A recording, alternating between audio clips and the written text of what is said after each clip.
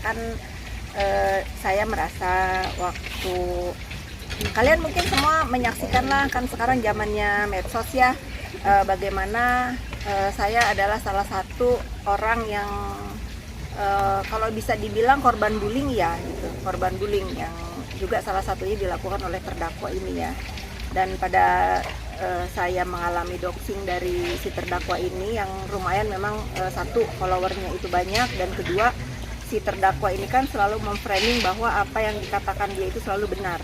Nah, ini yang menjadi concern saya sebagai temannya Reza, untuk mensupport Reza, menemani dia dalam persidangan kemarin. Kebetulan kan memang dia harus menjadi saksi pelapor. Jadi saya datang ke sana ingin mendukung, ingin menyemangati Reza Gladys sebagai korban bullying.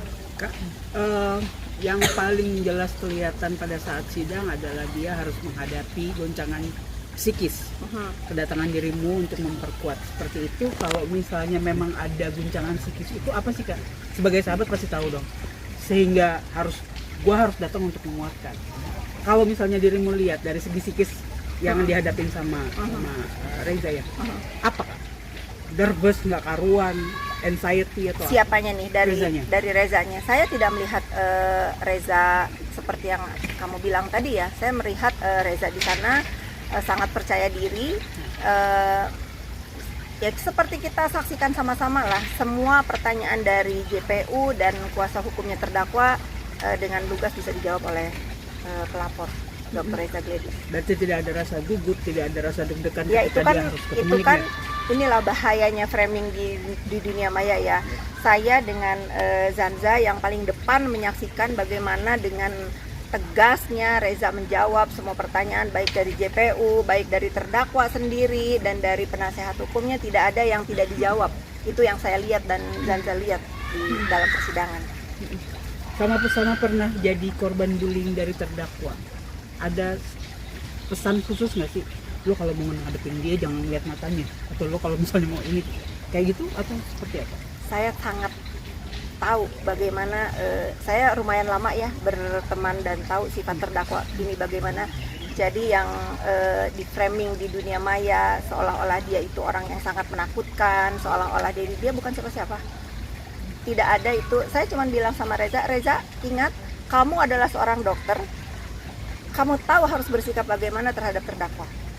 Dan dia buktikan, nggak usah kita ajarin apa-apa ya. Saya yakin dia seorang wanita dan ibu yang kuat. Kalau terdakwa berpikir bahwa dia itu ibu yang kuat, Reza juga ibu yang kuat. Jadi sama-sama. Dia, kalau si terdakwa ini menyepelekan Dr. Reza, tidak mungkin dia ada di kursi pesakitan. Gitu aja sih. Ya nggak, Jansa? Kak, kemarin juga menarik selain persidangan juga yang menarik perhatian warganet adalah ketika terdakwa mengancurkan tangan jari tengahnya ke Afifri. Sebetulnya itu bukan ke saya ya, mungkin ini karena Zanza yang merekam di sebelah saya, mungkin Zanza yang bisa menjelaskan. Itu sebetulnya bukan ditujukan untuk saya ya.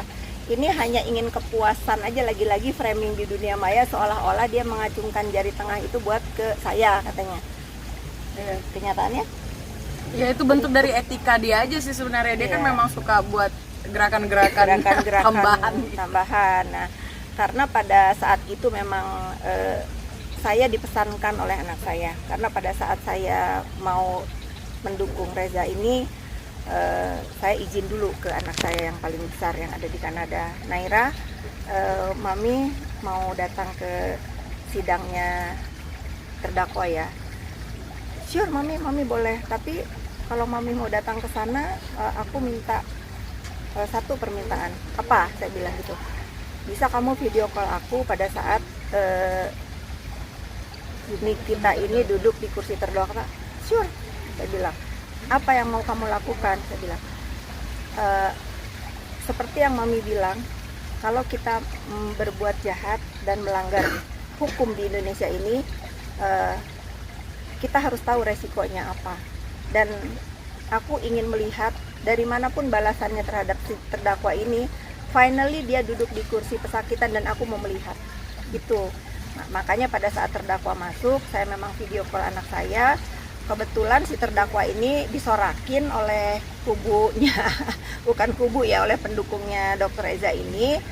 Mungkin dia nervous juga sehingga noleh ke belakang, dan anak saya pun melihat pada saat dia mengacungkan jari tengah. Itu namanya remaja ya, dia membalas memang sambil dia ya, untung saya pakai earphone ya, sambil dia mengatakan, "Yuk, kamu lihat," kurang lebih gini ya artinya, "kamu lihat apa yang kamu rasakan sekarang, God never sleep," kata anak saya, "Tuhan nggak akan tidur.